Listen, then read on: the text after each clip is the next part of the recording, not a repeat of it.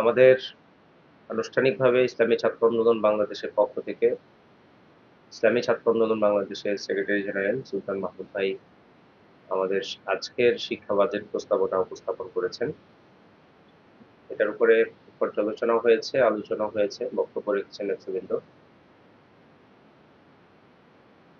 আমরা আজকের এখান থেকে যে মৌলিক কিছু কথা বলার চেষ্টা করেছি, তার মধ্যে আমরা যেটা বলার চেষ্টা করেছি সেটা হলো শিক্ষা বান্ধব বাজেট মানে হলো একটি উন্নয়নমুখী বাংলাদেশ। যদি বাজেটটা শিক্ষা বান্ধব হয় তাহলে একটি উন্নয়নমুখী বাংলাদেশের রূপ পাবে। এবং শিক্ষার যে ব্যয়, এই ব্যয়টা আসলে ব্যয় নয়, এটা আসলে ভবিষ্যতের জন্য একটা বিনিয়োগ। তো আমরা জোর দাবি জানাই যে শিক্ষার্থীদের জন্য শিক্ষার পেছনে এই ব্যয়গুলো করার মধ্য দিয়ে আগামীর বাংলাদেশ বিনির্মাণে বর্তমান যারা দায়িত্বশীল রয়েছেন, সরকারে রয়েছেন, তারা ভূমিকা রাখবেন, সে আমরা আশাবাদ ব্যক্ত করছি।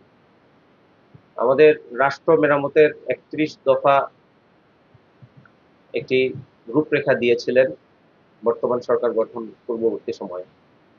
তো সেখানেও তারা উল্লেখ করেছিলেন, সেখানকার একটি পয়েন্ট ছিল যে ভবিষ্যৎ বাংলাদেশের চ্যালেঞ্জ মোকাবেলায় শিক্ষিত জনগোষ্ঠী তৈরি করা, এটা তাদের একটা অন্যতম মানে পয়েন্ট ছিল, অন্যতম প্রতিশ্রুতি ছিল। বর্তমান সরকার ২০২৬-২৭ অর্থ বছরের বাজেটে আগামীর বাংলাদেশকে নির্বাচন পূর্ব যেই প্রতিশ্রুতিগুলো তিনি দিয়েছিলেন, সেই প্রতিশ্রুতি পূরণের জন্য তিনি ভূমিকা রাখছেন, তিনি বিভিন্ন ইনিশিয়েটিভ নিচ্ছেন, তিনি বিভিন্ন কাজ করছেন যেগুলো নির্বাচন পূর্ব ওয়াদা ছিল। ৩১ দফার মধ্যে এই ওয়াদাটাও ছিল, এই রূপরেখাটাও ছিল যে বাংলাদেশকে একটি ভবিষ্যৎ চ্যালেঞ্জ মোকাবেলার জন্য শিক্ষিত জনগোষ্ঠী তৈরিতে তিনি ভূমিকা রাখবেন। আমরা ২০২৬-২৭ অর্থ বছরের বাজেটে এটার প্রতিফলনটা দেখতে চাই। এটার প্রতিফলন দেখার জন্য একটি দেশে শতকরা জিডিপির ৪-৬% অন্তত বরাদ্দ দিতে হয়। এটা হলো বিভিন্ন গবেষণা সংস্থা, অর্থনৈতিক বিভিন্ন প্রতিষ্ঠান যারা একটি দেশের অর্থনৈতিক বিভিন্ন বিষয়গুলো নিয়ে গবেষণা করেন, তাদের গবেষণায় উঠে এসেছে। তো সেই জায়গা থেকে আমরা আজকের এই বাজেট প্রোগ্রাম থেকে, শিক্ষা বাজেট প্রস্তাবনা প্রোগ্রাম থেকে জিডিপির ন্যূনতম ৬% বা মোট বাজেটের ২০% আমরা শিক্ষা খাতে বরাদ্দের জন্য জোর দাবি জানাচ্ছি। তরুণ জনগোষ্ঠী এবং যে কর্মসংস্থান, এই কর্মসংস্থানটা, এই তরুণ জনগোষ্ঠীটা অত্যন্ত গুরুত্বপূর্ণ আমাদের এই দেশের জন্য। আমরা জানি যে আমাদের এখন ডেমোগ্রাফিক ডিভিডেন্ড চলছে, যেখানে কর্মক্ষম জনশক্তি অনেক। আমাদের শিক্ষার্থী প্রায় ৪.৫ কোটি। মোট জনসংখ্যার মোট জনসংখ্যার আপনার প্রায় 25%, 4 ভাগের 1 ভাগ। আর শিশু সহ 18 বছরের নিচে যারা আছে, এই জনশক্তি প্রায় 35%-এর উপরে, 37%-এর মতো। তো এই বিশাল জনগোষ্ঠী যারা আগামী দিনে এই ডেমোগ্রাফিক ডিভিডেন্ডের ভিতরে ঢুকছে, এবং আজকে যারা কর্মসংস্থানের উপযোগী কর্মক্ষম জনশক্তি, তাদেরকে প্রশিক্ষণের মাধ্যমে এবং আগামী দিনে যারা শিক্ষা ব্যবস্থার মধ্যে দিয়ে প্রবেশ করে যারা দেশের কর্মক্ষম জনশক্তি হিসেবে গড়ে উঠবে, তাদেরকে আগামীর চ্যালেঞ্জ বিনির্মাণের জন্য, চ্যালেঞ্জ মোকাবেলার জন্য, বাংলাদেশ বিনির্মাণের জন্য প্রস্তুত করার ক্ষেত্রে বিশেষ ভূমিকা থাকবে এই বাজেটে, সেটা আমরা প্রত্যাশা করছি। আমাদের বাজেটের বড় একটা অবস্থান, বড় একটা মানে বিষয় হলো, এই বাজেটের যে বরাদ্দ দেওয়া হয়, সেই বরাদ্দর বড় একটা অংশ চলে যায় হলো বেতন ভাতা এবং অবকাঠামোগত উন্নয়নের মধ্যে দিয়ে। মূলত শিক্ষা খাতের জন্য যে বরাদ্দটা দেখানো হয়, এবং এটার সাথে আসলে মার্চ করা হয়, গবেষণা, প্রযুক্তি, এগুলো মার্চ করা হয়। এগুলো মার্চ করে একটা কম্বাইন্ড প্যাকেজ দিয়ে এখানে শিক্ষা খাতের বরাদ্দ দেখানো হয়, বড় করে সংখ্যাটা দেখানো হয়।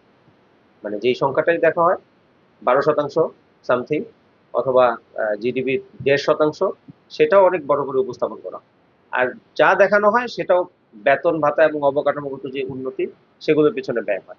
কাঙ্ক্ষিত অর্থে ভেতর থেকে শিক্ষার্থীদের প্রস্তুত করার জন্য যে ভূমিকাটা রাখা দরকার, বাজেট সেভাবে কার্যকরী একটি ভূমিকা পালন করবে 2026-27 অর্থ বছরের, সেই প্রত্যাশাটা আমাদের আজকের এই শিক্ষা বাজেট প্রস্তাবনা থেকে থাকবে।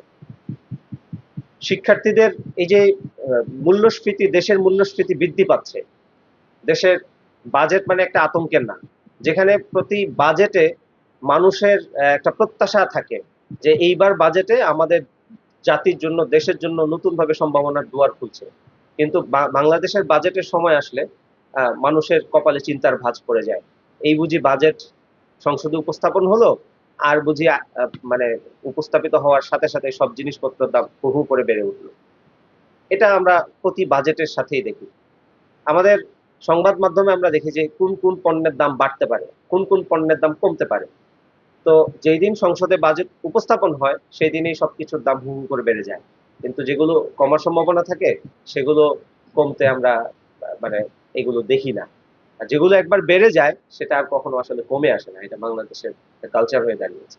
তো বাজেট যেন আসলে মানুষের স্বস্তির বিষয় হয়, বাজেট যেন মুদ্রাস্ফীতি থেকে ফিরিয়ে এনে মানুষের স্বস্তির কারণ হয়।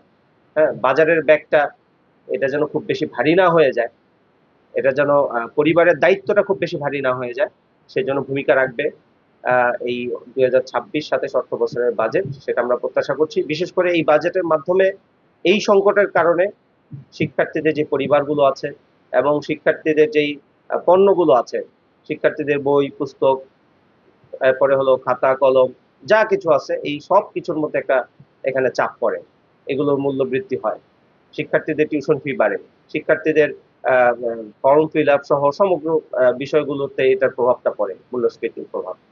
আমাদের 2026-27 সেশনে অর্থ বছরে যে বাজেটটা পেশ করা হবে, আমরা আশাবাদী যে দেশের মানুষের স্বস্তির কারণ হবে এরকম একটি বাজেট আমরা এখানে প্রত্যাশা করছি। শিক্ষার্থীদের স্বাস্থ্যের যেই জায়গাটা, এটা খুবই গুরুত্বপূর্ণ একটা বিষয়। মানসিক স্বাস্থ্য এটাও আমাদের বাজেটের বরাদ্দের অনুকূলে নিয়ে আসাটা প্রয়োজন, এবং এটা মানে খুব গুরুত্ব সহকারে দেখা উচিত। আমি একটু আগে যেটা বলেছি যে 25% প্রায় শিক্ষার্থী, 37% শিশু সহ 18 বছরের নিচে যারা আছে। কয়েকদিন আগে একটি প্রতিবেদন, অনুসন্ধানী প্রতিবেদনে বেরিয়েছে যে প্রাথমিক শিক্ষা প্রতিষ্ঠানগুলোতে, বিদ্যালয়গুলোতে যে মিড ডেটা দেওয়া হয়, মিলটা দেওয়া হচ্ছে, সেগুলোতে স্বাস্থ্যকর কোনো খাবার তাদেরকে দেওয়া হচ্ছে না। যা তাদের জন্য মানদণ্ড অনুযায়ী দেওয়ার কথা ছিল তা তাদেরকে পরিবেশন করা হচ্ছে না। এবং আহ, যেই খাবারগুলো তাদেরকে দেওয়া হচ্ছে তা তাদের শরীরের ক্ষতি করার মতো যে খাবার, স্বাস্থ্যের জন্য অনুপযোগী এরকম খাবার তাদেরকে পরিবেশন করা হচ্ছে।